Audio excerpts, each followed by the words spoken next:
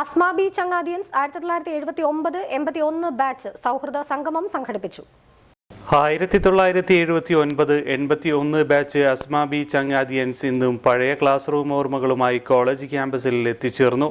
വയനാട് മുണ്ടക്കൈ ചൂരൽമല ദുരന്ത നിവാരണത്തിന് മുഖ്യമന്ത്രിയുടെ ദുരിതാശ്വാസ ഫണ്ടിലേക്ക് ചേർക്കാൻ സാമ്പത്തിക സഹായവുമായിട്ടാണ് ഈ കൂട്ടായ്മ ഒരുമിച്ചത്. പ്രസിഡന്റ് KM മുഹമ്മദ് അഷ്റഫിന്റെ അധ്യക്ഷതയിൽ ചേർന്ന സംഗമത്തിൽ സെക്രട്ടറി ഹൗവ ടീച്ചർ സ്വാഗതവും പ്രവർത്തന വിശദീകരണവും നടത്തി.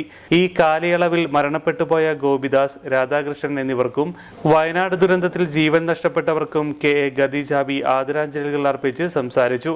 ദുരിതാശ്വാസ നിധിയിലേക്ക് കൂട്ടുകാർ സഹകരിച്ചു നൽകിയ ഫണ്ട് 1 ലക്ഷം രൂപ കയ്പമംഗലം MLA E.T. ടൈസൺ മാസ്റ്റർക്ക് കൂട്ടുകാർ കൈമാറി.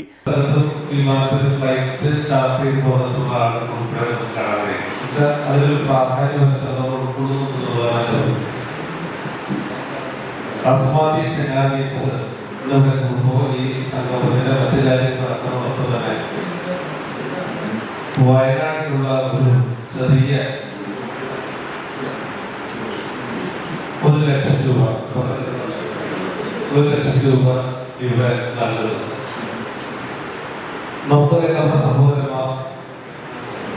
സഹോദരിമാർ വലിയ ദുരന്തത്തിൽ അനുഭവപ്പെട്ടപ്പോൾ നാട് മുഴുവൻ പങ്കുചേരുകയാണ്. ഞങ്ങൾ ആ സ്ഥലത്തെ സന്ദർശിച്ചു. നമ്മൾ ഉല്ലാസം പോയാൽ നമുക്ക് അതിലേക്കുള്ളൊരു മനസ്സിലാകും.